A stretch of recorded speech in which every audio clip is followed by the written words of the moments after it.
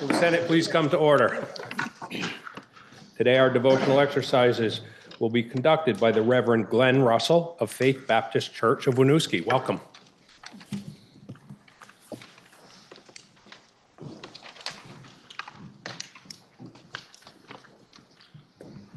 Good afternoon. Good afternoon. Thank you for the privilege of letting me come and open the Senate in prayer. I have a few thoughts I'd like to share with you before we do that.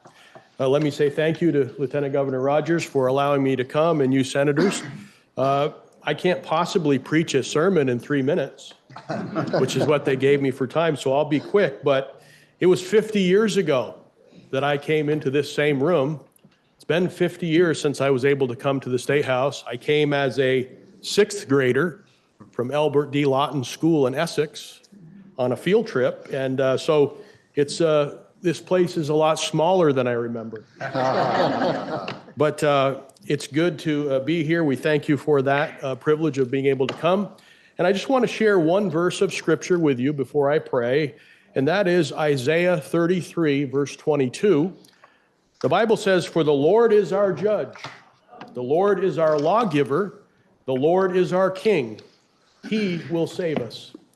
Here we see the Bible outline the 3 branches of government, legislative, judicial, executive, and this passage tells us plainly that the Lord is supreme, and it is in Him who we ultimately serve. Ultimately, He is our lawgiver. He will be our eventual king, and He will be our final judge. And this system of government that we enjoy in the United States and also in Vermont is His design. And so let the laws you create reflect on the Lord's desire for us as citizens and for citizens of Vermont. As a 6th grader over 50 years ago, I did not know this verse even existed. I had never read even one passage of Scripture from a Bible. What a change 50 years makes. Now I'm a pastor of a church, and I have the privilege of teaching God's Word to anyone who will listen. I know the importance of understanding God's truth. This verse reminds us of whom you truly serve as well in the Vermont state government. You senators are divinely ordained to assist Him in carrying out His desire and making the laws of Vermont that are pleasing in His sight. So with that, let me offer a prayer for your success today. In the days to come, I understand you have a busy day today, so I'll be brief. Let's pray. Father, we are eternally grateful that you have allowed us to grow up in this country. And in this state of Vermont, we're truly in need of your divine guidance.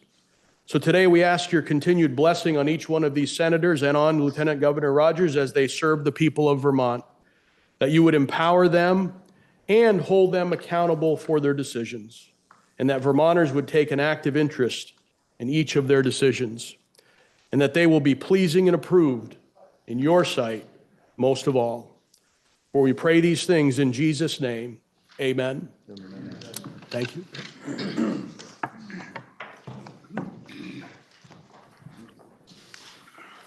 Are there any announcements? Senator from Chittenden. Thank you, Mr. President. We'd like to move directly to the confirmation of Zoe Saunders.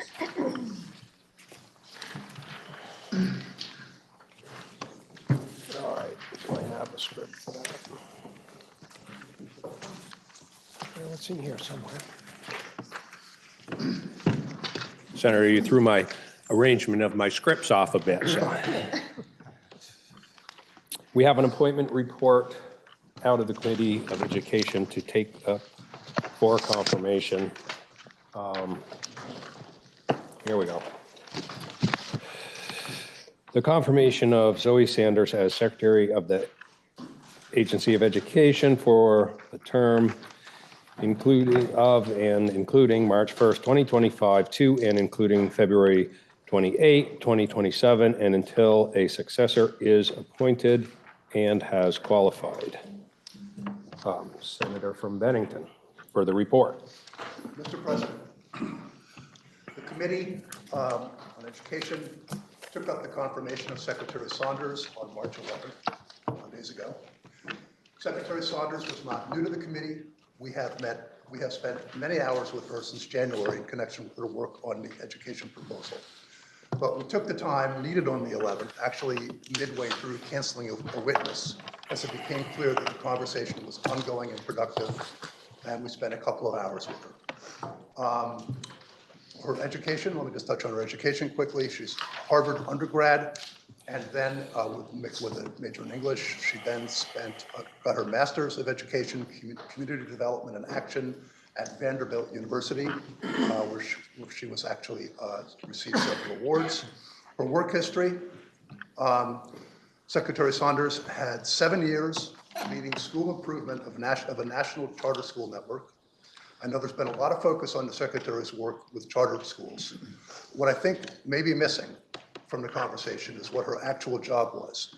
She was responsible for facilitating school improvement planning, designing new educational programs, and ensuring that students were learning and achieving at high levels. Her performance was impressive, and this relates to her job here. She led an academic task force resulting in 100% grade improvement across all the schools in which she worked, and an average of 41% improvement in grade school performance. She increased accreditation ratings on all improvement priorities. This is relevant to her work as secretary because she had a transformative impact. She gained a national view and has experience supporting schools across multiple states. She spent the next 5 years as Chief Education Officer for the city of Fort Lauderdale, which is the 6th largest school district in the country, serving over 250,000 students. Her job was to advocate for investments and improvements to public schools in underserved areas that had been neglected for too long. In her role, she garnered additional community support, or new community support, for schools with 99% free and reduced lunch population, and increased enrichment opportunities, tuitioning support, and wraparound services for homeless students. She also successfully advocated for additional facility improvements to schools in high-needs areas. She has now served as our secretary for the past year in service to Vermont's educational system. She has served with poise and grace under pressure. She led a listen and learn tour last summer and fall, involving regional planning with educational leaders, teacher focus groups, student focus groups, and public engagement sessions around the state to capture communities' educational priorities and align the agency's work to state, regional, and local needs. She transformed the Agency of Education's data analytic and reporting capabilities to address long-standing issues, yielding comprehensive data reports. She stabilized districts at high operational risk through targeted support, on-the-ground training, and capacity-building strategies. In fact, she started that work on her first week in the job when one school district was in particular trouble. She launched Read Vermont, a comprehensive statewide initiative to promote improved literacy outcomes through professional learning, job-embedded coaching, and a literacy learning network, building on the work of Act 139. She worked to improve identification of schools in need of comprehensive support. She has accelerated assessment data reporting to the field. One of the things she learned through the field visits was very important to the field. She developed a new career and technical education CTE grant to purchase equipment and supplies, expanding training programs, and in-demand demand industries. She expanded summer food benefits for eligible families. And she has served on legislative committees to provide policy recommendations to the General Assembly, including the Commission on the Future of Vermont Public Education and the Pre-Kindergarten Education Improvement Implementation Committee. Part of the reason that the governor hired Secretary Saunders was to improve morale at the agency and to work intentionally to build relationships with the field. Secretary Saunders has been transparent about the historic lack of trust in the agency. In fact, the Listen and Learn tour showed her that it was worse than she thought, actually. And she reported, the report she issued documented the challenges and committed to fixing them.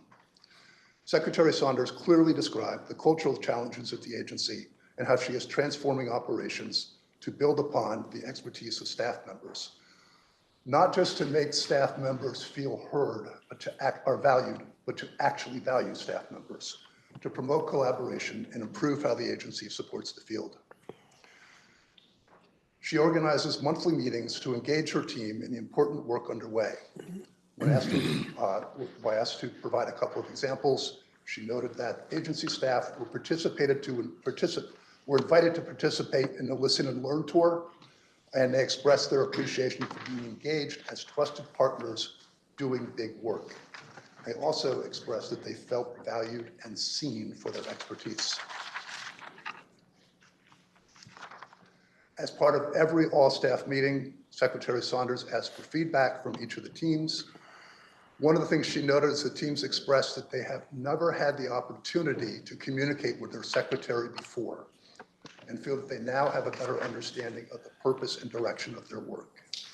Many staff have shared appreciation for improved communication from the Secretary's office, where she highlights successes, challenges, upcoming meetings, and key priorities from the field in the form of bi-weekly emails and virtual check-ins. Secretary Saunders has proven she will show up every day and stay focused on the work regardless of the noise and distractions. She has shown the right level of confidence, giving her the ability to demonstrate mature leadership skills. We need that type of leadership, and so does the agency. She is providing steady leadership at a time steady leadership is critical. Perhaps the most important thing Secretary Saunders has done is develop a vision to make Vermont the gold standard for excellence in education. She has concomitantly had the courage to put forth a proposal for transformational change. On a personal level, I will say that there's much about the plan I don't like, and I have told her that. And there's a lot of things that I think my committee will change, but I know she is sincere, and that matters to me. I know she cares about providing the best educational opportunities possible for every child in Vermont. We should remember that before being nominated, she was vetted by the State Board of Education, where she was unanimously recommended as one of 3 candidates for the governor's consideration. And then she was, of course, vetted again by the governor's office. Our job was to determine whether she is qualified to be secretary. She is clearly qualified. The committee vote was 5-1, and we asked for the body's support.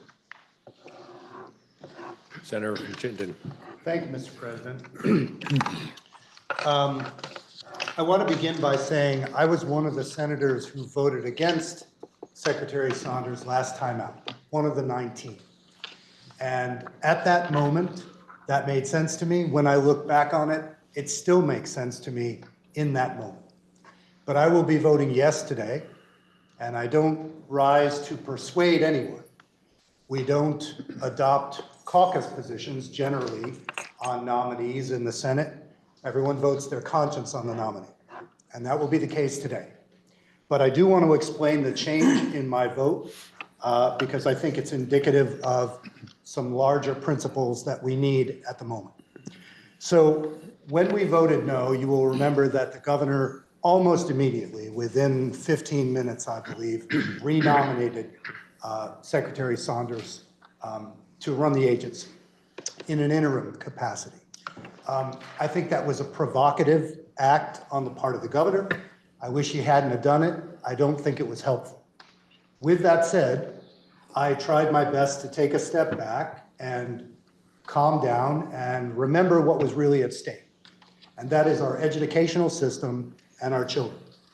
And I felt at the time that the best thing to do was not to overreact, but to let events play out. Those events included a court case which was brought by 2 senators on their own behalf against the renomination. The courts considered that and did not intervene. They made it clear that the advise and consent procedure needed to be followed, but they didn't think they needed to intervene in the Saunders case. Once that had played out, it seemed to me as President Pro Tem that the sooner we took up the nomination again, the better. And that's why we are here today very quickly in the wake of the court's ruling. So for me personally, what the decision comes down to now is, do I believe it's better to have a Secretary Saunders or a negative vote against her and continuing uncertainty. Clearly, I prefer the former. And my reasoning is the following. We have been now years without a confirmed secretary, years. That's not good for anybody. Some of that was a little bit of over-hesitation on the part of the governor's office. Part of it was the controversy around her first nomination. But the fact of the matter is, we need a confirmed Secretary of Education now. We are in the process of trying to transform our entire educational system. If that doesn't make you shake in your boots, that we could get things wrong, then I would suggest you think about it again. Because even minor changes in the educational system have produced big problems for us in the past. So we need to think about it long and hard and together, and we need to get it right. So having a confirmed secretary is crucial to that larger partnership that we have ongoing with the administration. Senators will remember immediately following the election, I asked that the governor put forward his plan for education transformation, given that voters seem to have swung in behind him on that subject in November. As a result, and surprisingly enough, my offer of a week in 3 of our main committees turned out to be a minimalist offer, and the governor went maximalist. He brought Secretary Saunders and a whole plan in to a combined session of the House and the Senate, and then the secretary went committee to committee explaining that plan. That plan now exists as a 120-page plus proposal in the House. So in a way that has genuinely surprised me, the governor and the administration have come forward at the beginning of the session with a concrete plan. As my colleague from Bennington noted, it is a controversial plan. I don't believe we'll ultimately wind up with every piece of it. There are some pieces that I oppose myself.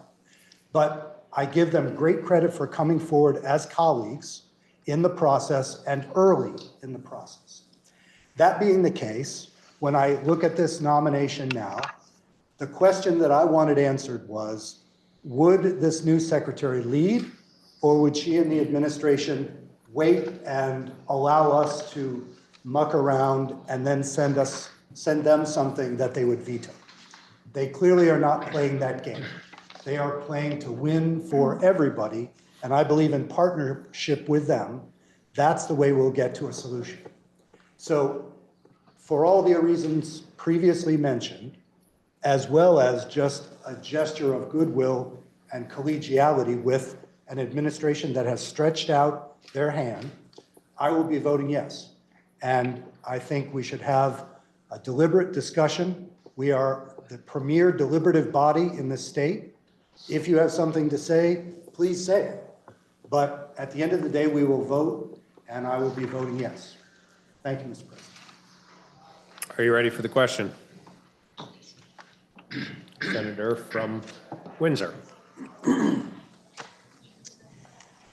I rise today to explain why I will be voting no, again, to the reappointment of Ms. Saunders to be our next Secretary of Education.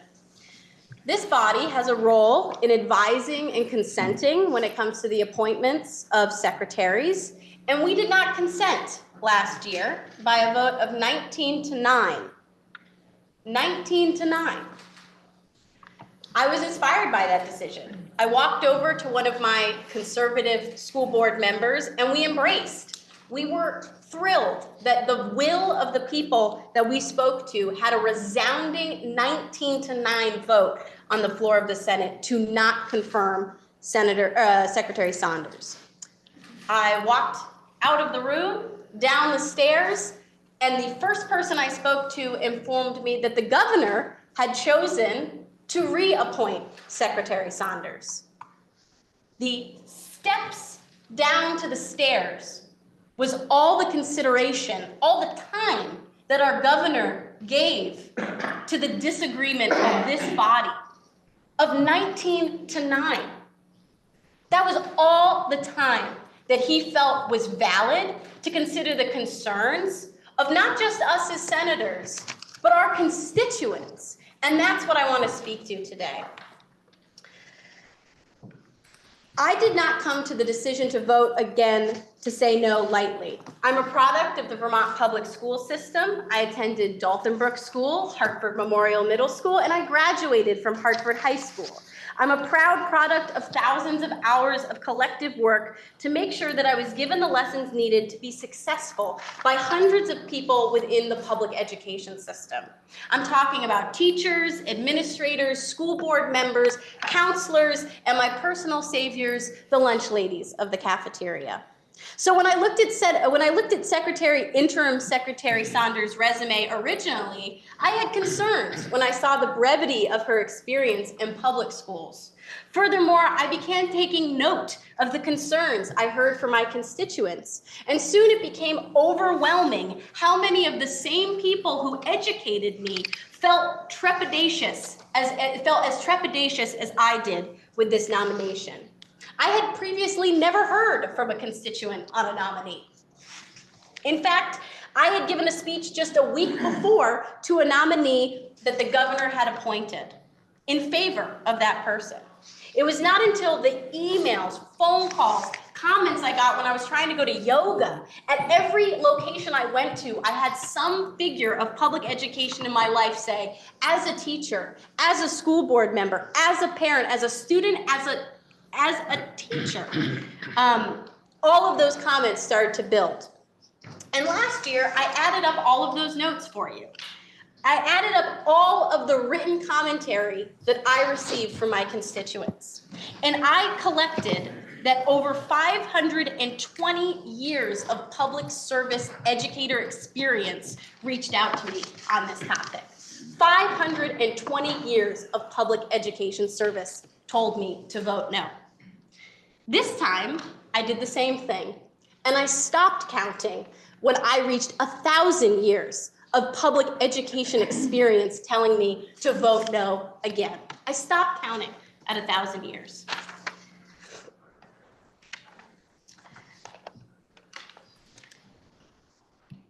When I weigh 3 months of experience for Secretary Saunders to be our interim Secretary of Education compared to 1,000 years of public educator experience telling me to vote no, that's when I know as an elected leader, as a representative of my constituents, that I have to vote no.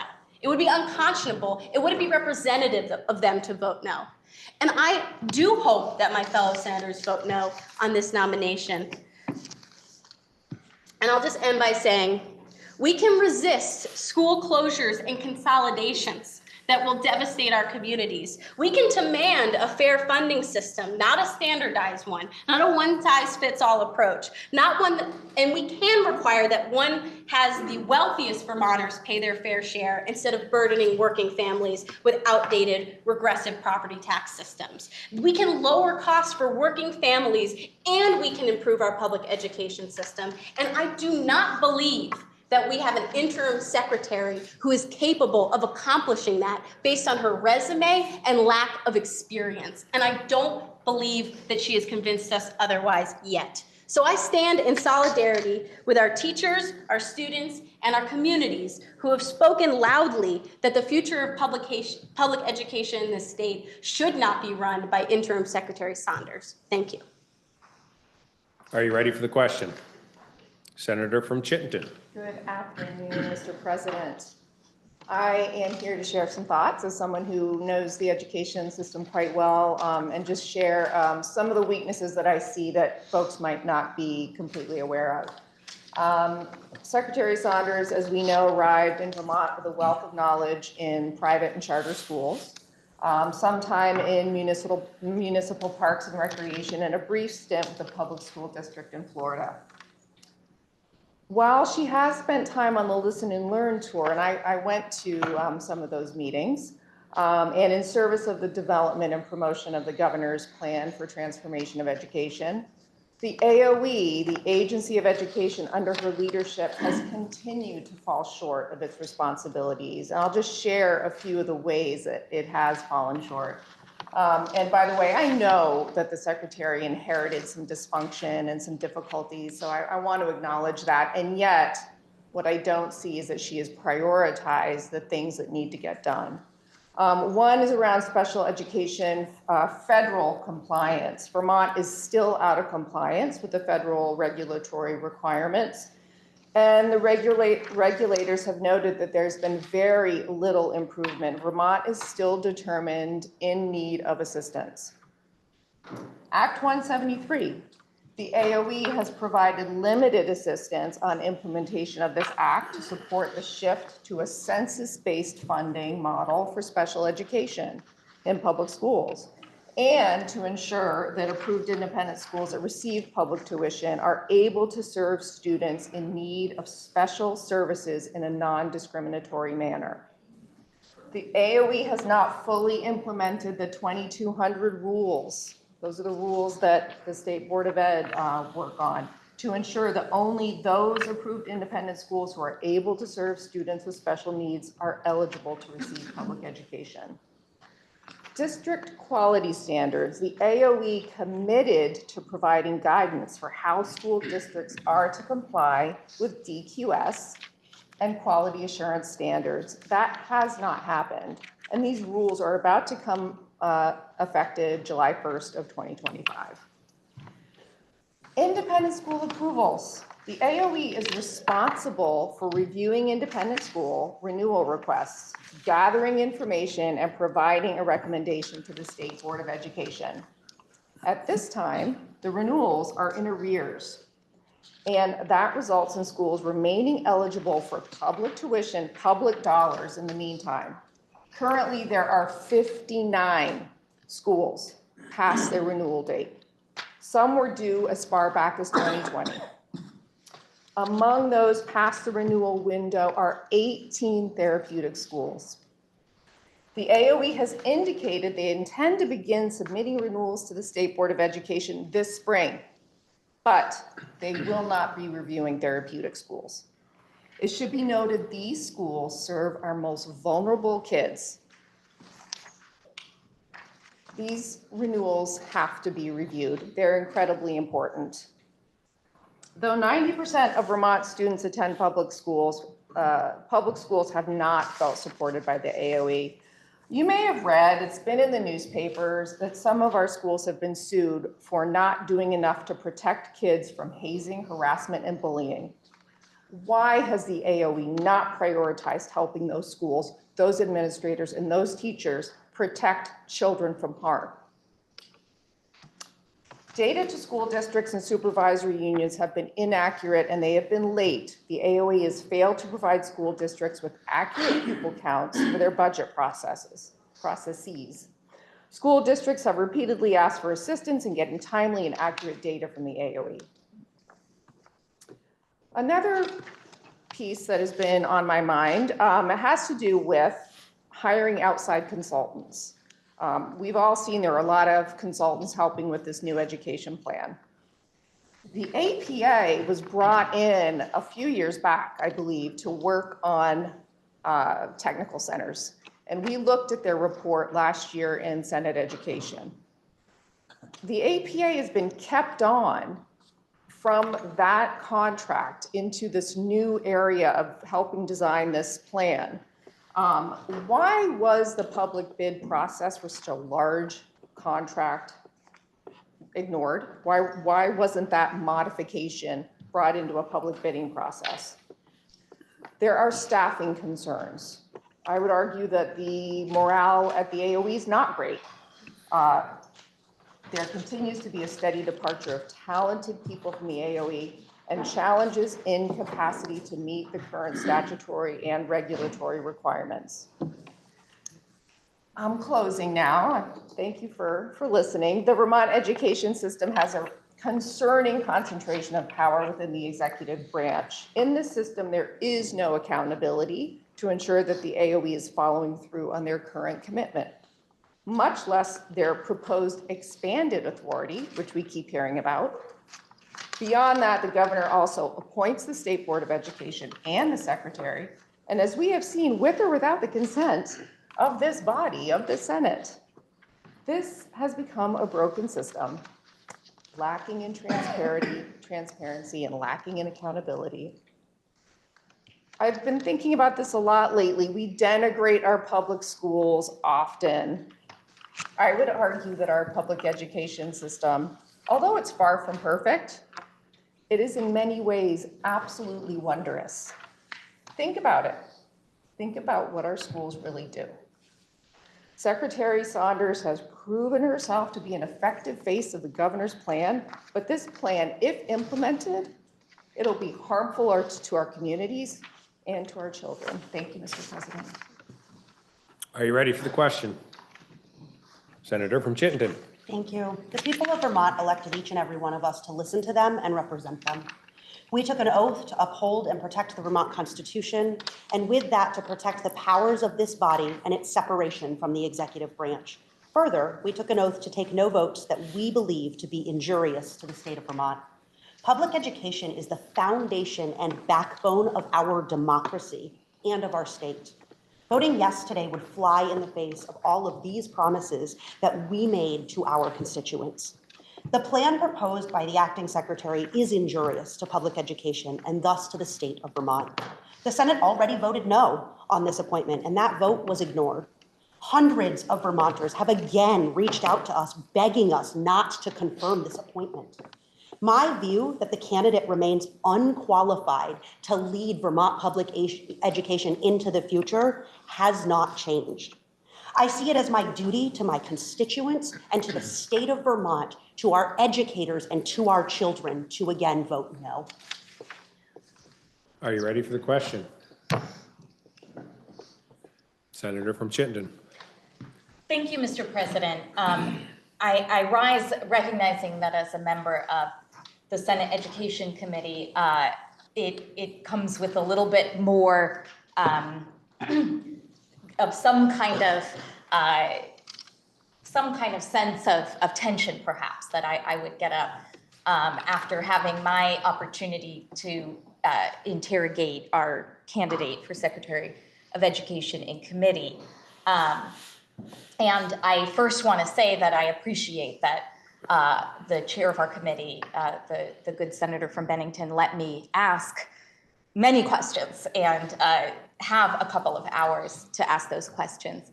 And at the time, those were simply questions that I was asking from reports I had seen, feedback I had heard, people very deep in the field who wanted to just have better, clearer information and wanted us to have that as well going into this decision. And so I rise today not to try and persuade anyone, but because I am trying to remain open to being persuaded. And I think our constituents, more than many of us have seen in our long tenure here, are trying to give us as much data, as many stories, as much of their insights as they can from the field. I have been here for 13 years, and I've served on a lot of different committees, but I went from Ways and Means and Finance to the Education Committee because I really started to feel like we talk a lot about education without really understanding the science, the art, the passion, the heart that exists in our education system. And so we might start to make tax policy or economic policy or some kind of financial policy without grounding it in the best education policy that we can, in the magic that happens when students are in a classroom learning from each other and from their educators, from teachers, from lunch ladies, from the bus driver. You know, that we look back at our own lives and we see a lot of people who probably saved us from falling through the cracks and who made a difference in our lives and are the reasons that we are here today. And we often acknowledge in our policy that so many of the people who do fall through the cracks didn't have an adult like that in their lives, didn't have enough time in school or enough time with people who cared about them. And so I feel like I have to rise today because from 2 days ago when I asked for references, when I tried to get a sense of why I should be persuaded to support this candidate and frankly to understand, are we better off with this person as secretary than we are with a myriad of other options, another interim secretary or no one at all? Vermonters from all geographies and persuasions reached out to me to say that we are not better off with this person as the head of the Agency of Education. And I will walk through a couple of moments that were light bulbs for me in this process, which learning is something we hope should be lifelong. The secretary was presenting this proposal to us for weeks and kept saying, we need to consolidate these districts because our schools are failing. Our schools are failing. Our schools are failing. And not having been on the education committee before, I thought, okay, well, the sky is falling. So when we finally got to talk to some of our superintendents, a couple of superintendents who I think many would find incredibly reputable, have served from Chittenden County to the Kingdom, are really, helping I think of our superintendents sometimes like mayors. They represent a lot more people. They are engaged in a lot more community work than a lot of our other representatives. And I said to them, you're coming from the Kingdom. Are our schools failing? Do you have critical staffing failures? Are you falling apart?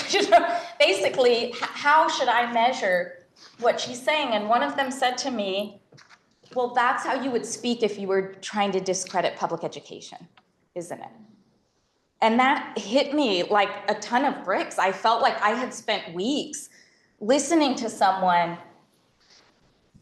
denigrate and raise a sense of alarm that our schools are falling apart. And it finally occurred to me why when I went back out to the school districts that are in my community, they said they felt under attack. And I said, I hope you don't feel that from me, but it had actually not occurred to me how under attack they feel by the rhetoric from the top of our Agency of Education, that they keep hearing they're failing and that our kids are failing. And in fact, to that point, another aha moment I had was just talking to a teacher today who called. I mean, people have been calling and emailing a lot in the past few days, but since the beginning of session, I want to say about this topic and just about the broader education proposal. And she said, I taught in Georgia and I've moved my family up here and I teach now in Vermont. And I just want you to know, I came from a school district that had incredible test scores, 99% test scores. And you achieve that by teaching to the test every day, by making your entire measure of success those tests. Every seminar we had, every classroom experience was about the test. She said she breathed a complete sigh of relief when she was in teacher meetings talking about the test, the test, the test. And a lot of the other educators that she was with said, we're not worried about the test. We're worried about our kids, especially coming here during the pandemic, when they made those tests optional in their consideration, when they said, we need to take care of our kids before we worry about a test. And so I am really worried about the entire conversation around education policy if we are going into this thinking in any way that our schools are failing. I think what we know to be true is that society's failing our kids right now, and our teachers and our principals and our superintendents and our education staff are the ones doing their absolute best to save them. And I truly think we are worse off if someone who is leading this discussion and in the public sphere daily is saying that our schools are failing. So, Mr. President, we've heard, it's been a year. We don't have a lot to hang our hat on, and I do appreciate and understand that, and I know that any secretary would have inherited a lot of issues and disagreements that they're now responsible for. But if we are measuring this candidate just by the plan we've received or the current conditions in the Agency of Education, there are a lot of people out there who are afraid to speak for themselves or are trying to reach us desperately who want to make sure we understand that those are real metrics, that they cause real pain. And frankly, when people have emailed me, the couple people who said, you know, I've heard from educators who do support the secretary and think she's doing a reasonably good job, I've emailed them back and said, please give me names, you know, who are those folks? Because I would like to hear from a couple of those people.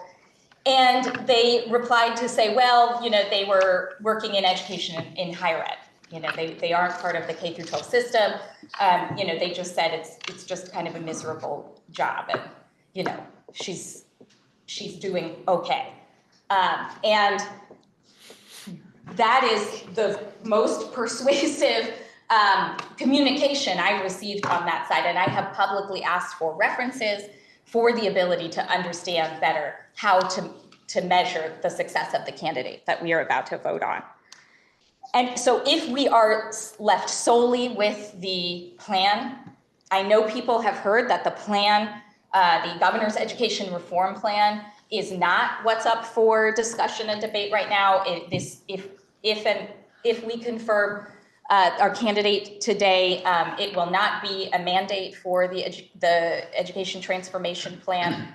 And I hope people take that to heart. I hope people know that that's true.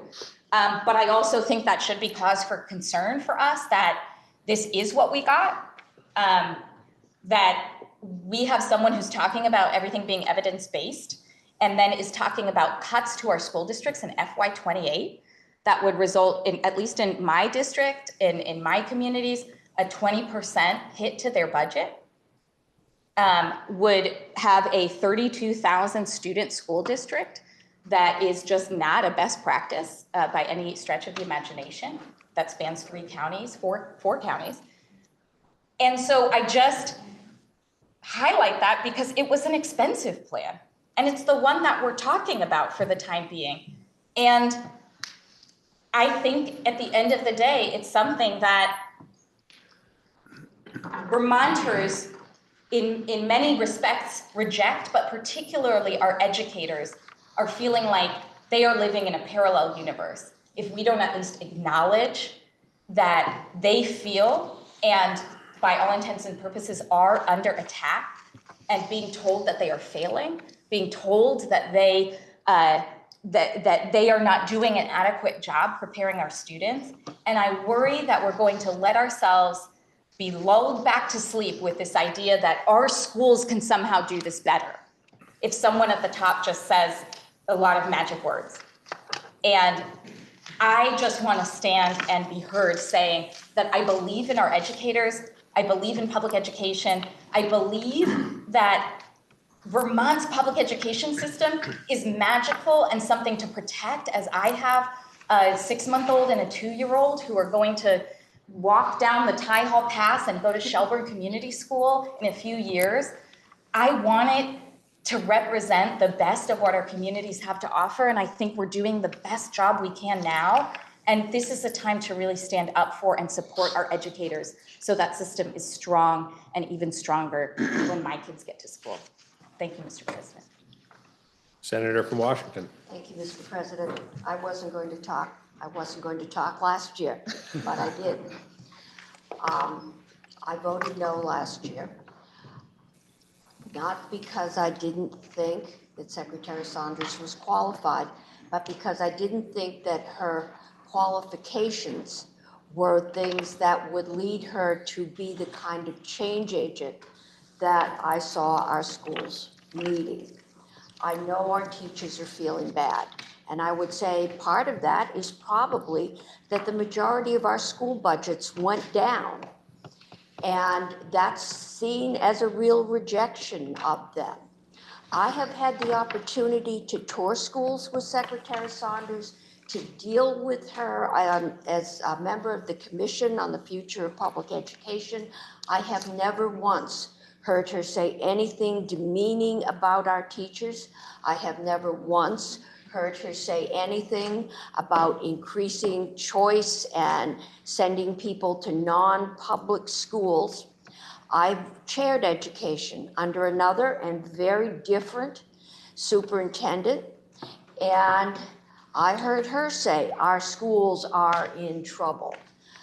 We are working very hard. Our teachers are working very hard.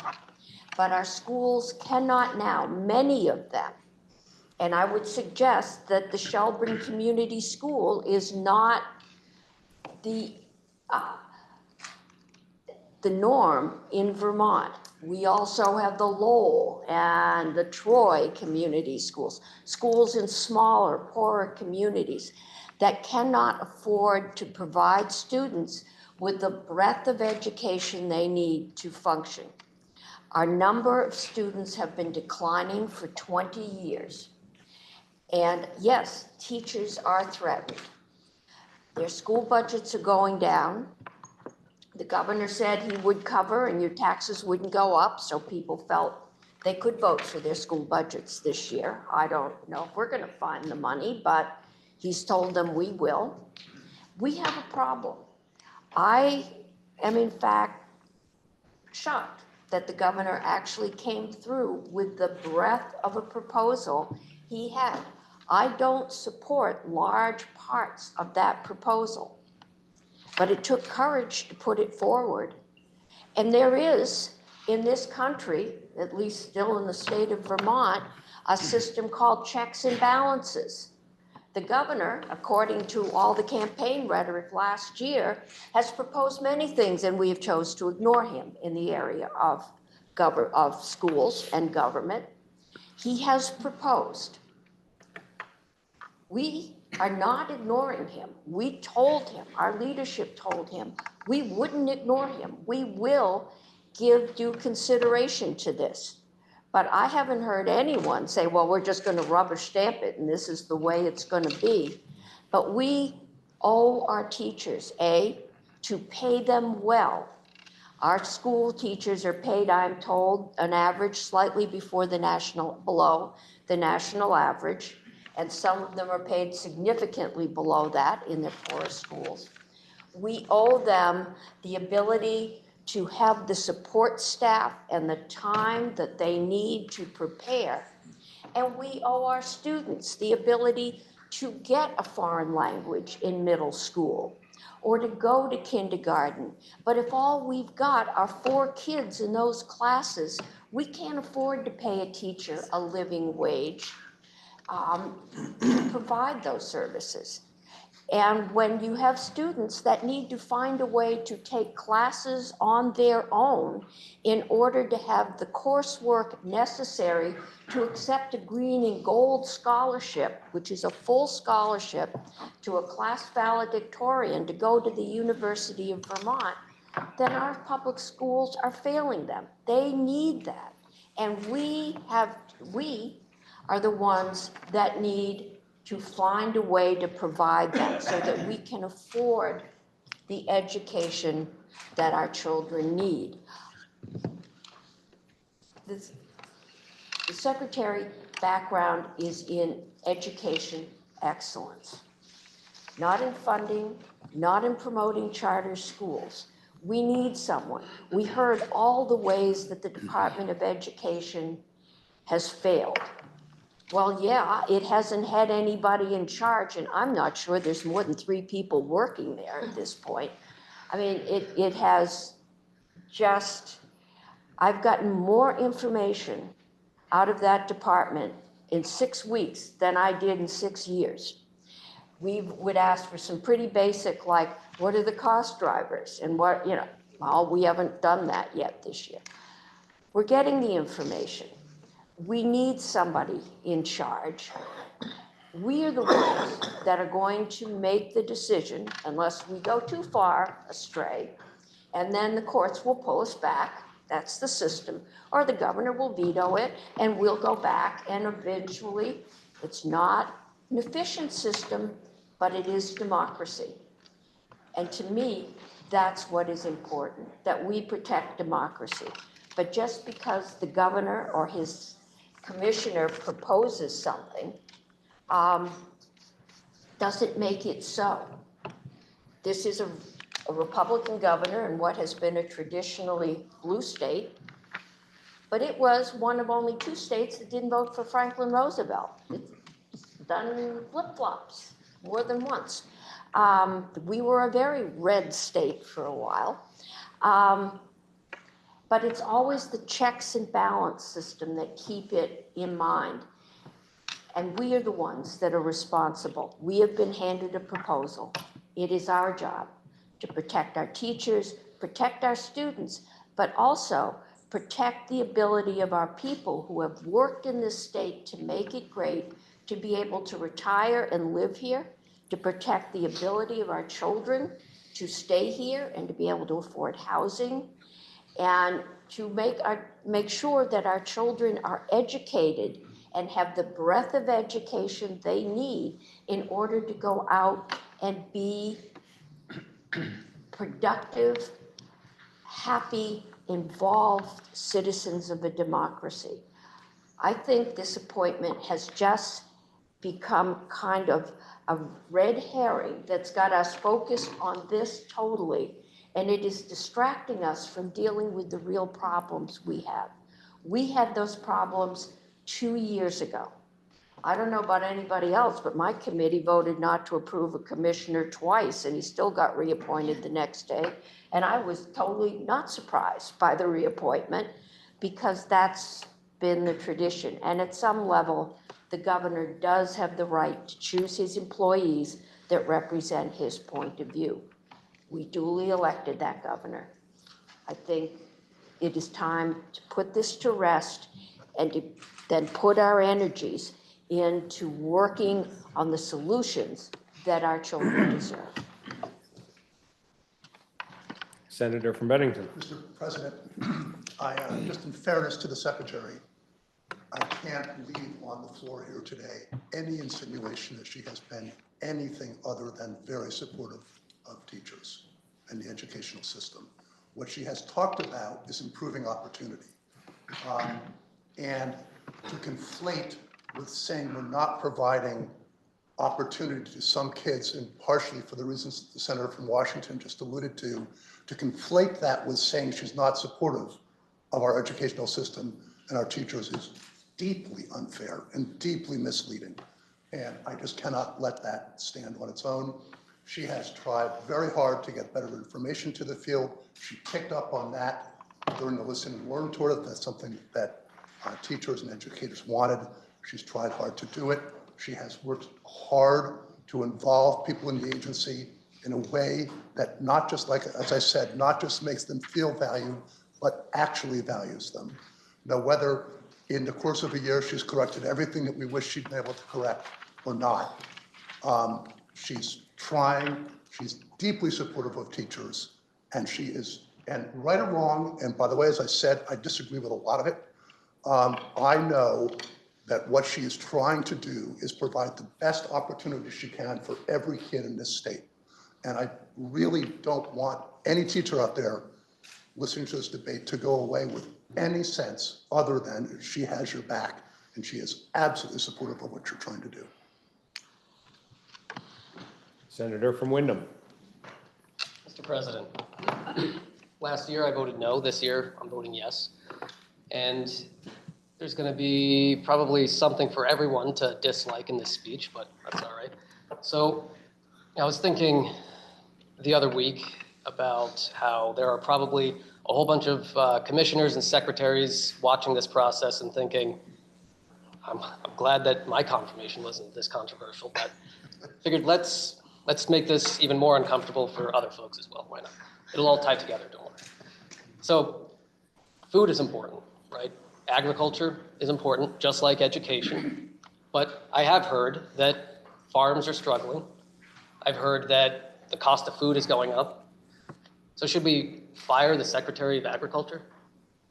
I've heard that public safety is important. I've heard that the right to a fair and speedy trial is important. But there are vacancies in the Vermont State Police, and there's a backlog in the criminal dockets. Should we fire the Commissioner of Public Safety? Should we fire the judges? Should we fire the state's attorneys and public defenders? Roads are important. Got to get from point A to point B. Just like education, they're both important things. There's a lot of potholes on the road. Should we fire the Commissioner of Motor Vehicles? The point that I'm trying to get at is what exactly are we trying to accomplish by voting no? Because I can only see one of two things happening. We vote no, and then she gets reappointed, and then what? Or we vote no and something miraculous happens and the governor respects the advice and consent process, and now we have a vacancy. Okay, so I'd like to know, at a time when test scores are down, teachers are struggling financially, infrastructure is a mess, and students are dealing with mental health issues, all issues that have been here for years, I can't say that with a straight face that putting a vacancy at the head of the AOE is suddenly going to make that better. I'm not seeing it. I've read the many emails. I've thought about this for a while. I cannot see that that is how things will get resolved here.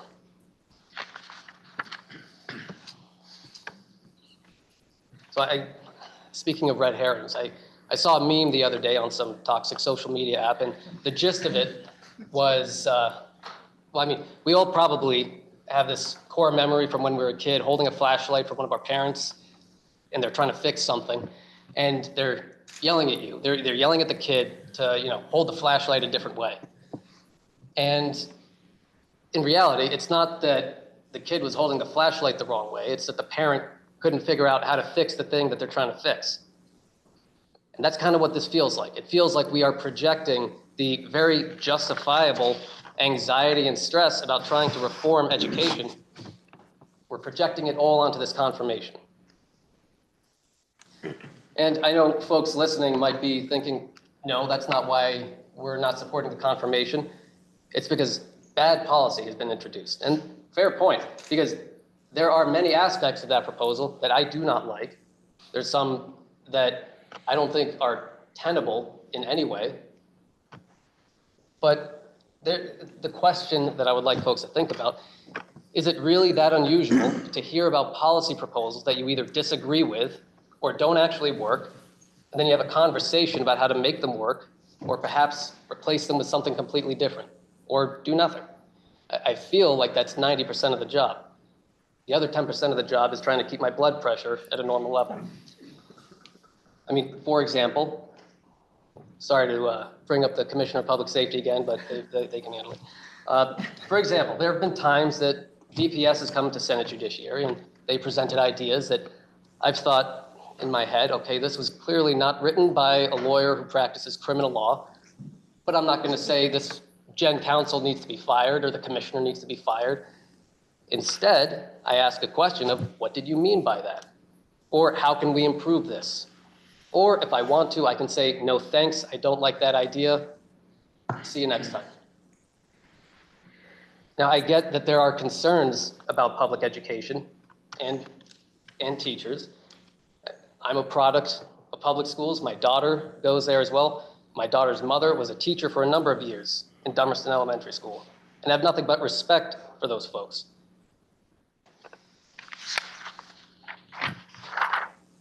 And this vote is in no way to disregard the importance or the justifiable concerns that folks in our public schools have. We want to make sure our students are doing better and teachers are well paid and schools aren't filled with PCBs, then it's our job and our responsibility to make good policy. And it's the agency's job to carry it out. And on that note, I want to propose a hypothetical. Let's say the secretary had been reappointed last year, and throughout this session, she just showed up in Senate Education and said, the agency is ready and willing to implement whatever policies you folks come up with. Let us know if you need anything. I have a feeling that people would be extremely upset and say, why hasn't the agency proposed any ideas to address education? And again, even though I may not agree with many of the proposals, I mean, frankly, what has been proposed is a non-starter for me. At least they are clearly putting in the effort to sit at the table and put out some ideas. Now, I know another argument is the issue regarding her experience. People have been saying that we need someone with decades of public school administration experience. I want that too. I think that would be a great idea. but there have been vacancies in this position for years. And while I more often than not find myself disagreeing with the governor, I know he's heard from the legislature, and I suspect he's heard regularly from constituents who support the idea that whoever is in that position should have many more years of public school administration experience. I think that if he had wanted to do that, he would have done that by now. I do not think that if we vote no, the governor is suddenly going to say, why didn't I think of that? Let's put somebody who has years of public education administration experience into this position. I don't think that's what will happen if we vote no.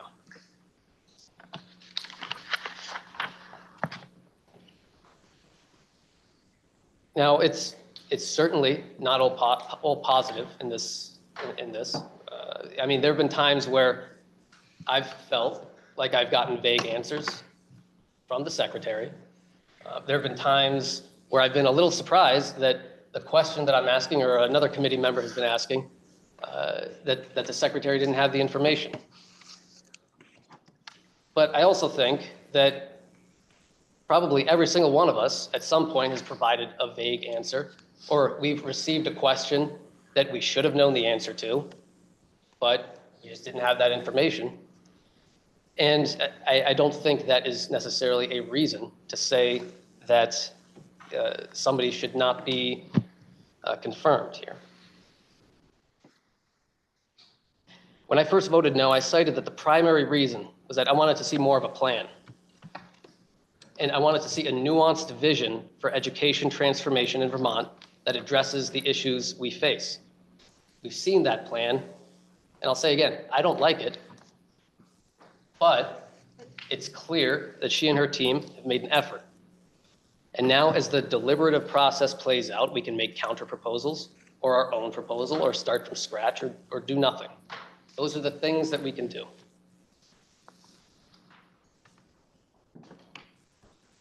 One of the other reasons that I'm going to be voting yes is because I've personally seen Secretary Saunders come all the way down to Windham County, a place that is often forgotten by all three branches of government. I've seen her promptly respond to constituent concerns, and I've been in meetings where she has delegated tasks and followed up. And I'm also voting yes because I truly cannot see how removing the head of the Agency of Education right now is going to make everything better. And lastly, I have not seen any sort of egregious or controversial behavior over the last year. So I will be voting yes. Are you ready for the question? Roll call has been asked for.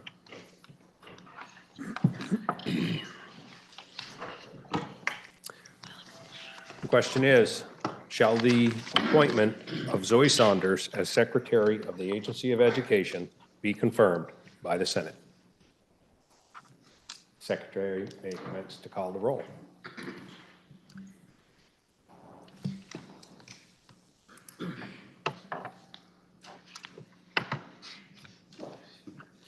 Senator Baruch, Yes. Senator Beck, Yes. Senator Saunders, Yes. Senator Brennan, Yes. Senator Brock, Yes. Senator Chittenden, Yes. Senator Clarkson, No. Senator Collingwood. Yes. Senator Cummings, Yes. Senator Douglas, Yes. Senator Dooley, No. Senator Hardy, No. Senator Harrison, Yes. Senator Hart, Yes. Senator Hashim, Yes. Senator Hepburn, Yes. Senator Ingalls, Yes. Senator Lyons, Yes. Senator Major, No. Senator Matos, Yes. Senator Norris, Yes. Senator Pershling. Yes. Senator Plunkett, Yes. Senator Ron Hinsdale, No. Senator Bohofsky, No. Senator Watson. We can't hear you, Senator Watson. Oh, I said no. Senator Weeks, Yes.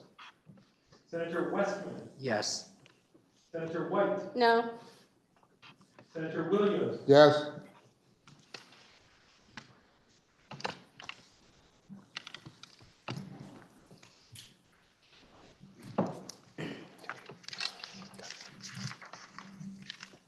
The ayes voting 22, the nays voting 8, and you have appointed, confirmed Zoe Saunders as the Secretary of the Agency of Education. Announcements. We now have announcements. Senator from Addison.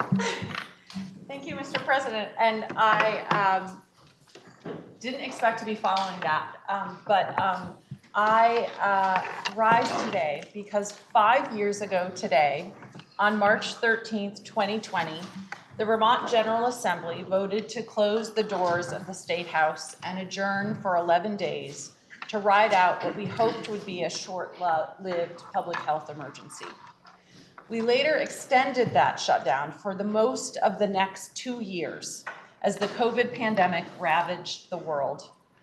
Both legislative bodies didn't come back fully in person until March 2022. We all know now about the enormous impact of the COVID-19 pandemic. Most significantly, over 7 million people worldwide have died of COVID, touching the lives of nearly every person on Earth. But before it was a pandemic, those of us in this building were trying to figure out what to do, and no option felt completely right. Of the senators currently serving, 9 of us were here in 2020. An additional 5, I think, were serving in the other body, plus the lieutenant governor was then a senator. But more than half of the current today's senators weren't here for that unnerving, surreal week. As we try to solve difficult problems this session, like we just did, and sometimes find ourselves in deep disagreement, I think it's helpful to remember some of the unprecedented things we did together during the early days of the pandemic, like close the State House doors that are always to remain open. On Tuesday, March 10th, 2020, in the spacious House chamber, Commissioner of Health Mark Levine gave his first COVID briefing. In his matter-of-fact, steady voice, Dr. Levine provided information and guidance, helping us feel a little bit calmer and safer, as he would hundreds of more times over the course of the pandemic. While watching his briefing, sitting in the red Senate chairs with Pro Tem Tim Ash, I received word from my husband that Middlebury College was sending students home early for spring break. On Wednesday, March 11th, 2020, the World Health Organization declared the coronavirus a global pandemic, and a second Vermonter tested positive for the virus. Anxiety in the State House was high. On Thursday, March 12th, 2020, the Senate Democrats caucused in room 10, which was packed with an unusual number of journalists. And as the mom of an 8th grader, I made the plea to send the pages home for their safety, arguing that we should use an abundance of caution, a phrase that would be oft repeated in the weeks to come. Like this one, that week was crossover. Committees were hurrying to finish bills that would be left on the calendar for the next 6 months as the pandemic took precedence. Speaker Mitzi Johnson and Senator Ash had also instructed committees to do what they could to prepare for a health emergency and a possible state shutdown. For the next 4 years, we would recycle and update legislation that committees began crafting that week, protecting our healthcare system, running public meetings, conducting elections, and accessing government services.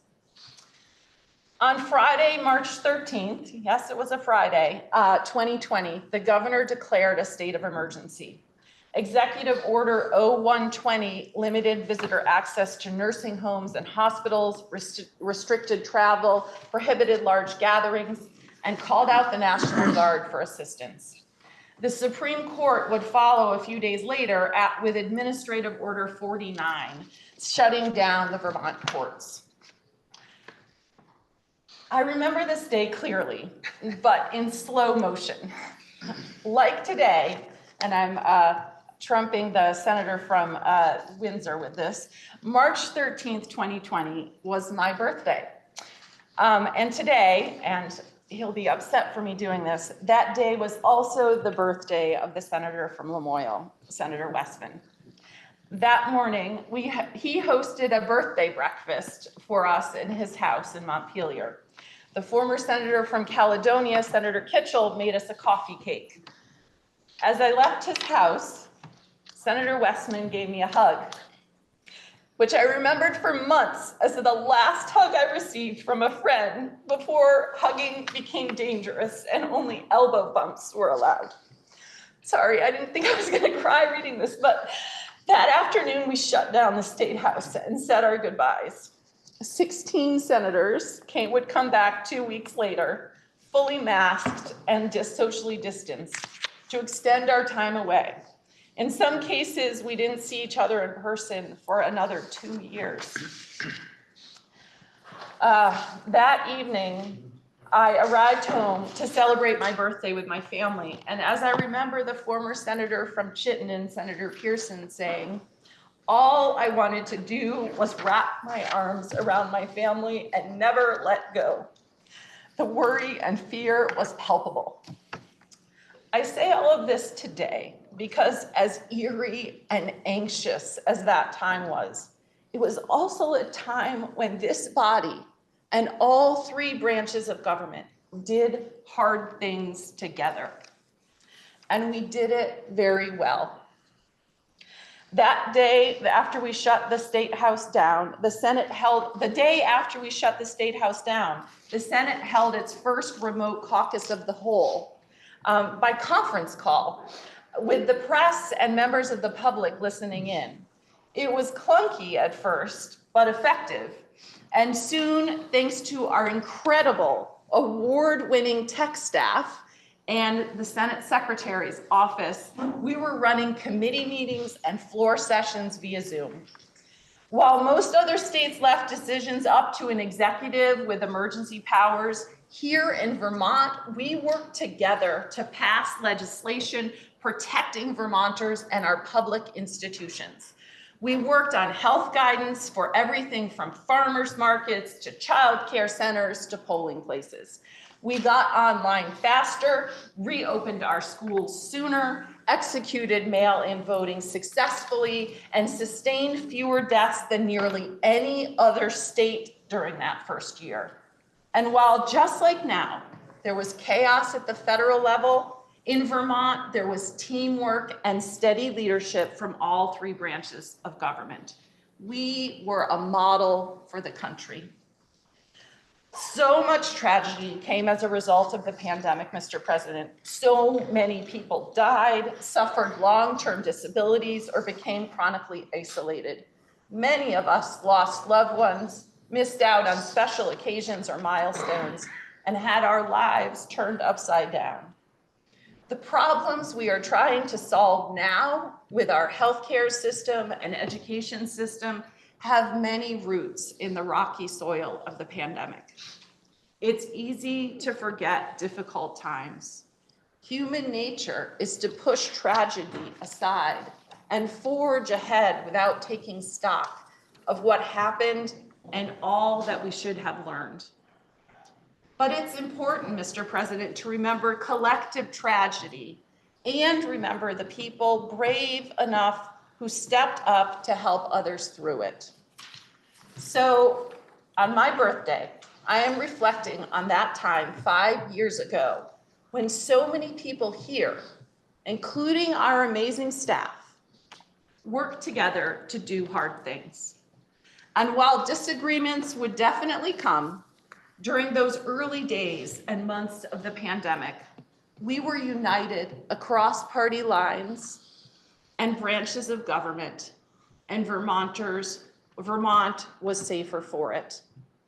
Let's remember that unity and fortitude because we will certainly need it again soon. Happy birthday, Senator Westman, and thank you, Mr. President.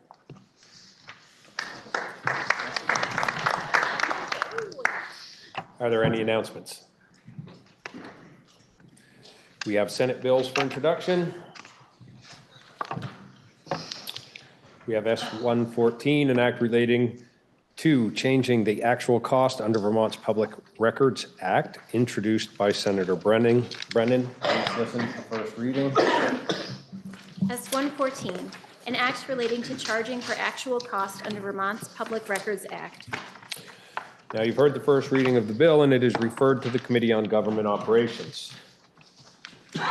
S-115, an act relating to requiring prior approval by a municipality to operate an overdose prevention center, introduced by Senator Hashim and Senator Harrison. Please listen to the first reading. S-115, an act relating to requiring prior approval by a municipality to operate an overdose prevention center. Now, you've heard the first reading of the bill, and it is referred to the Committee on Government Operations. S-116, an act relating to crimes against an unborn child, introduced by Senator Williams and others. Please listen to the first reading. S-116, an act relating to crimes against an unborn child. Now, you've heard the first reading of the bill, and it is referred to the Committee on Judiciary. I gotcha. I've been practicing. We now have S-117, an act relating to rulemaking on safety and health standards and technical corrections on employment practices and unemployment compensation. And this is introduced by the Committee on Economic Development, Housing, and General Affairs. Please listen to the first reading of the bill. S-117, an act relating to rulemaking on safety and health standards and technical corrections on employment practices and unemployment compensation. Now, the bill has been read for the first time and pursuant to Rule 48 is placed on the calendar for notice the next succeeding day. S-118, an act relating to agricultural economic development, introduced by Senator Rom Hinsdale. Please listen to the first reading. S-118, an act relating to agricultural economic development. Now, you've heard the first reading of the bill, and it is referred to the Committee on Agriculture. S-119, an act related to the licensure of early childhood educators, introduced by Senators Clarkson and White. Please listen to the first reading. S-119, an act relating to the licensure of early childhood educators. Now, you've heard the first reading of the bill, and it is referred to the Committee on Government Operations. S-120, an act related to funding support services for persons who use drugs and eliminating misdemeanor criminal penalties for proposing or dispensing a personal use drug, introduced by Senator Lehoski and others. Please listen to the first reading. S-120, an act relating to funding support services for persons who use drugs and eliminating misdemeanor criminal penalties for possessing or dispensing a personal use drug supply. Now, you've heard the first reading of the bill, and it is referred to the Committee on Judiciary. Orders of the day. We have S-28, an act related to access to certain legally protected health care services. For third reading, let's see, please listen to the third reading. What did I miss? Oh, are there any amendments before third reading? I always expect people to stand up if they have an amendment. Seeing none, please listen to the third reading. S-28, an act relating to access to certain legally protected health care services. The question is, shall the bill pass? Are you ready for the question? If so, all those in favor say aye. Aye. All those opposed, nay. The ayes have it, and you have passed the bill. We now have.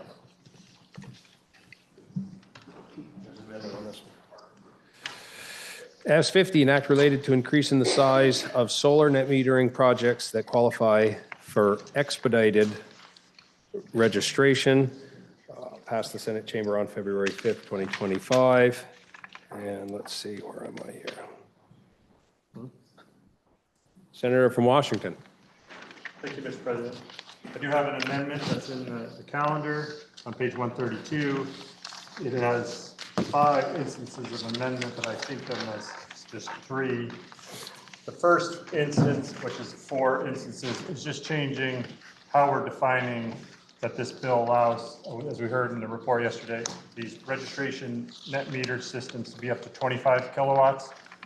But when I went to the committee and talked to them about the other 2 instances of amendment, they also had talked about wanting that the bill allow systems that are 25 kilowatts. But if you just say up to 25 kilowatts, that doesn't include 25 kilowatts. That gets you to 24.9. And I thought maybe since it was the birthday of the senator from Addison, we could have a discussion of whether it should be fewer than or less than, like we did last year. But Ledge Council said, no, it should just be 25 kilowatts and less. And if the members of the committee, and when I discussed this amendment with them, questioned whether in the second amendment we talk about 25 kilowatts or less, and then above it's about 25 and less. And I was told by Ledge Council that's because in the first, second, third, fourth instances, this is about plural, so you use and less. And then in the next instance of amendment, we're just talking about one system, so it should be or less. If you disagree, Ledge Council's here for your discussion.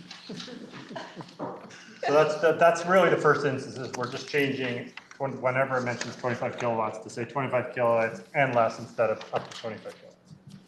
The second instance of amendment deals with requiring these registration net meter systems to meet any setbacks that a municipality has set. So the registration process is basically a process to install a net meter renewable energy system without any review, basically. You have 10 days. If the utility doesn't object to some issue around the interconnecting the grid, you can install the system. And that's a state permit that supersedes all local permits. So if a locality has a setback requirement of 10 feet from the property line, but you installed your system 10 inches from the property line, that's a legal system because you have the state permit. And we had a couple instances where that happened because they didn't have to go through a town review, so they just installed the system and it was within a setback of a road in one example in East Montpelier. And the East Montpelier said, like, you can't install it there, it's within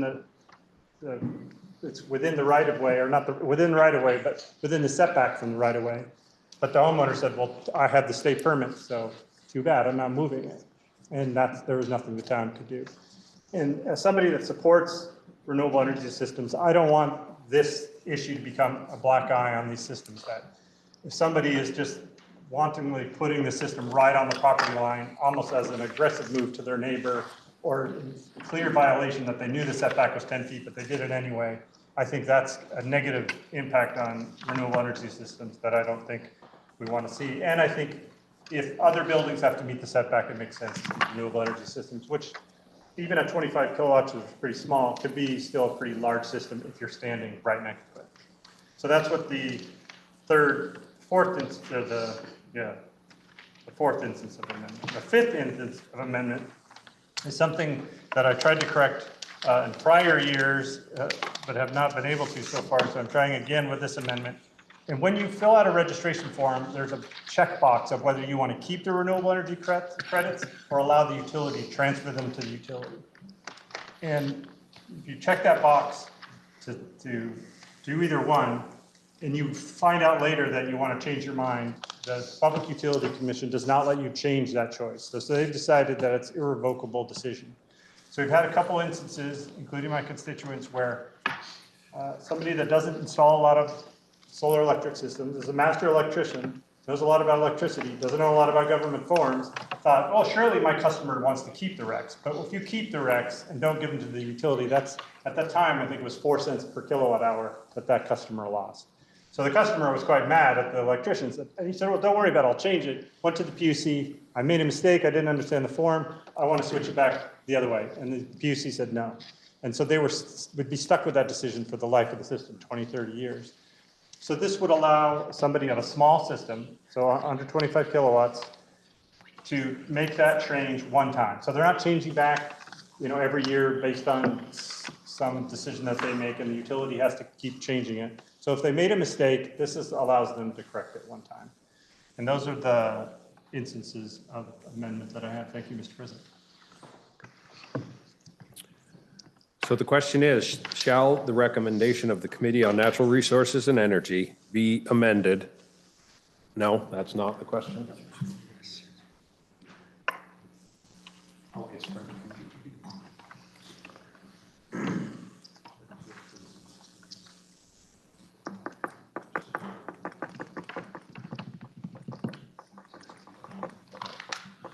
Shall the bill be amended as offered by the senator from Washington? Senator Watson. Senator from Washington, way in the distance. Wonderful.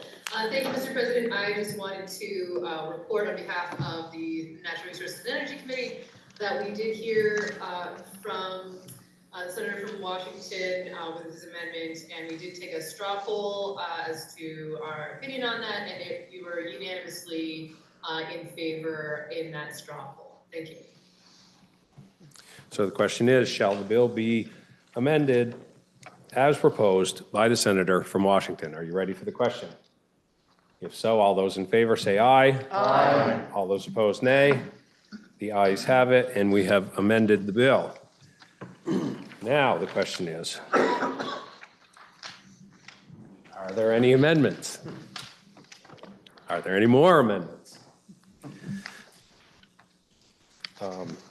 Now the question is, shall the bill pass? Okay, jumping ahead. Please listen to the third reading. S50, an act relating to increasing the size of solar net metering projects that qualify for expedited registration. Now the question is, shall the bill pass? Are you ready for the question? If so, all those in favor say aye. Aye. All those opposed, nay. The ayes have it, and we have passed S50. We now have for third reading S69, an act relating to age-appropriate design code. It passed the Senate, where am I here? That's third reading. Are there any amendments? Seeing none, please listen to the third reading. 9, an act relating to an age-appropriate design code. Are you ready for the question? The question is, shall the bill pass? All those in favor say aye. Aye. All those opposed, nay. No. The ayes appear to have it. The ayes do have it. And we have passed S69. Now we have a bill for second reading. S44, an act relating to requiring legislative approval prior to entering into certain immigration agreements.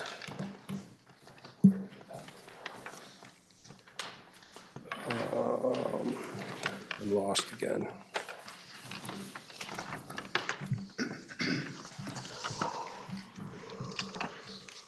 Okay. Okay.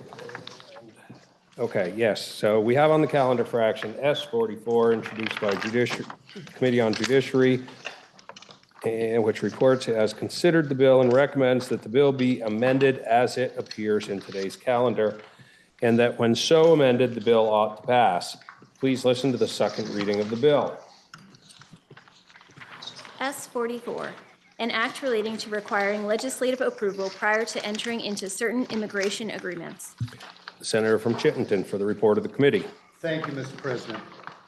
So senators know that the administration in Washington changed, and many things changed along with it, and they are changing at an extremely accelerated pace. So we are not in Judiciary the only committee that is trying proactively to respond to changes from Washington. One of the areas of our concern is immigration and the way in which we treat migrant workers in our state, who are one of the mainstays of our dairy industry, but also just in general, how people's rights and their human rights are protected as we move into the second Trump era. So in this, we were helped out by the senator from Windsor, who brought forward S44, to make a change in our immigration posture as a state with regard to ICE, the Immigration Authority. And when the bill came to us, it was designed to speak to a certain problem. And if senators will go to page 134 of today's calendar, you can see the text, and you can also see what the text was prior to these proposed changes.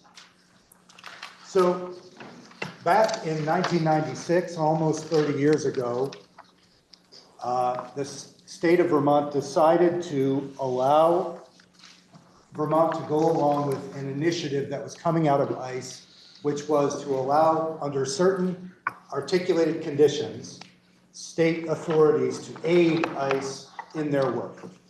And so what you're seeing here under section 120 VSA 4652, subsections A and B, are the conditions that were set out at that time.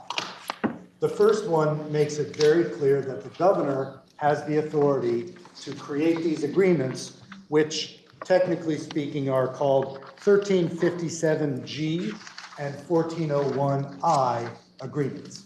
And they are specific agreements that could be signed by a local law enforcement agency to work with ICE in terms of detaining individuals, investigating or stopping individuals, etc. That first clause, notwithstanding any other provision of law, only the governor, in consultation with the Vermont Attorney General, is authorized to enter into, modify, or extend an agreement under these provisions. So although the AG is to be consulted, the authority rests completely with the governor in subsection A. But when you look at B, there is another possibility. And here I'm looking at the struck through language. Notwithstanding subsection A, a state, country, or municipal law enforcement agency is authorized to enter into an agreement pursuant to these provisions when necessary to address threats to public safety or welfare arising out of a declaration of a state or national emergency. Now, you can probably leap ahead in your mind to the anxiety here, which is that without putting too fine a point on it, the current president has shown a predilection for declaring emergencies to empower himself to a greater extent than he would otherwise have. So he has talked about immigration as an emergency and has executive orders which touch on same. That being the case, a simple reading of those struck through lines might, to a sheriff or a select board, give them the authority under President Trump's declared emergency to strike out on their own and form these agreements with ICE without Governor Scott's approval. As a committee, we thought that was dangerous, and we would prefer to have that power centralized in the governor's office. And so what we have proposed is to strike through that and replace it with the underlined language, which I'll read now. No public agency, as that term is defined in 1 VSA 317, or an officer, employee, agent, or independent contractor of a public agency shall enter into an agreement pursuant to these provisions unless the governor has authorized that agreement as set forth in subsection A. So in other words, it takes what was an additional opportunity for local law enforcement to make that decision and reroutes it back through the governor's office. Now, this did eliminate one of the provisions in the senator from Windsor's bill, which would have allowed the legislature with the governor to make a decision on those agreements. The argument was made in testimony that that would infringe upon the governor's authority, and a majority of our committee agreed with that. And so what we have here, in effect, strengthens the governor's authority to make those decisions and removes the possibility that an individual sheriff or select board or other agency might enter into those agreements without Governor Phil Scott's approval. So with that said, Mr. President, this takes effect on passage, and it changes the title after it is passed, or assuming it becomes law, to an act relating to authorization to enter into certain immigration agreements. We were, I believe, 4-1-0 in our vote from the committee. We heard from Christopher Brickell, Executive Director, Vermont Criminal Justice Council, Todd Delos, Director of Policy and Legislative Affairs for the Attorney General, Commissioner Nicholas Demmel, Department of Corrections, Jill Martin Diaz, Executive Director of Vermont Asylum Assistance Program, Jay Pershing Johnson from the Governor's Council, Falco Schilling, Advocacy Director, ACLU of Vermont, Rick Siegel, our legislative counsel on this, and the sponsor of the bill, Senator Rebecca White. With that, Mr. President, happy to answer questions, but we would hope for the body's support. Are you ready for the question? Question is, shall the recommendation of the Committee on Judiciary be amended as moved by the senator from, that's not the question, twice in a row? Second reading.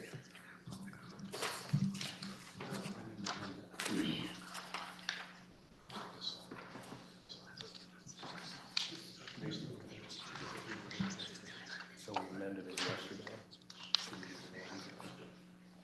Got a script that says amendment. As if I wasn't confused enough by myself. All right, I lost where he just sent me.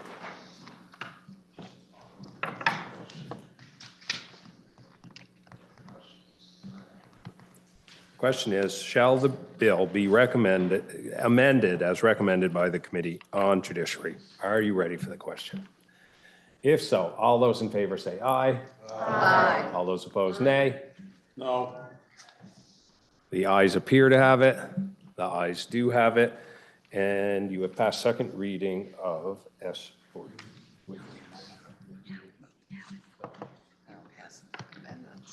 Okay, got one more page. Shall the bill be read a third time? Roll call. Roll call has been requested. Are you ready for the question? If so, the secretary shall call the roll. Oh, Point of order, what is your point of order? do we need to ring the bell?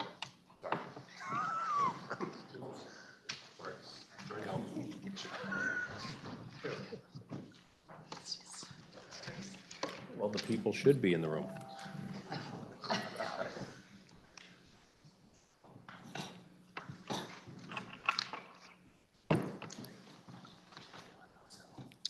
Senator Ruth, Yes?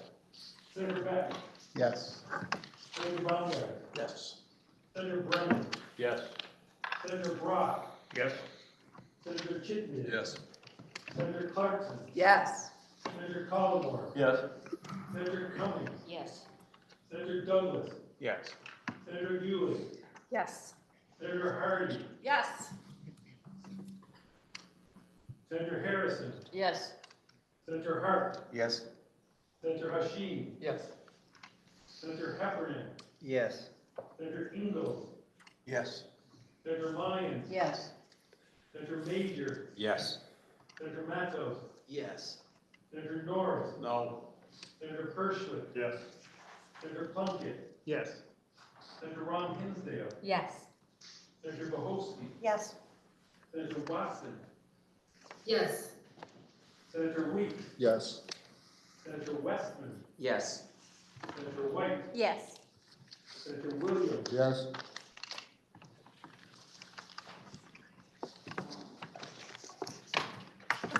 Those voting yes, 29. Those voting no, 1. The ayes have it. And you have ordered third reading of S44. That completes the orders of the day. Senator from Chittenden. Thank you, Mr. President. I would move that pending announcements, the Senate stand in adjournment until 11:30 p.m., Friday, March 14th.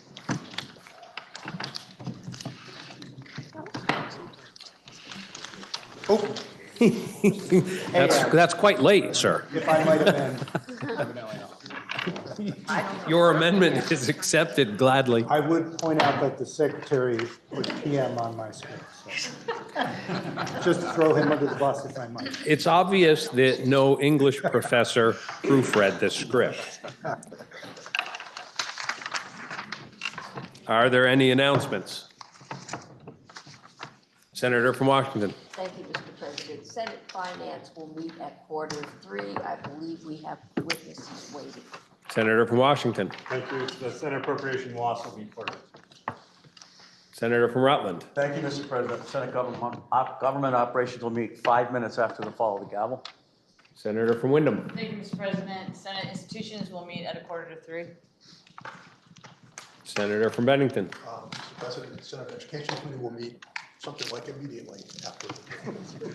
Senator from Windsor. Happy birthday, Senator Harding and Senator Westman. And to continue the celebration, you may want to do it en route to your afternoon committees, or you may want to do it as a break that you might need.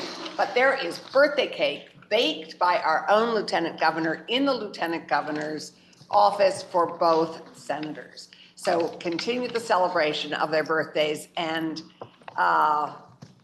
Senate Economic Development, Housing, and General Affairs will meet after our afternoon committees at 4:30 if possible, and if not, immediately thereafter. Thank you.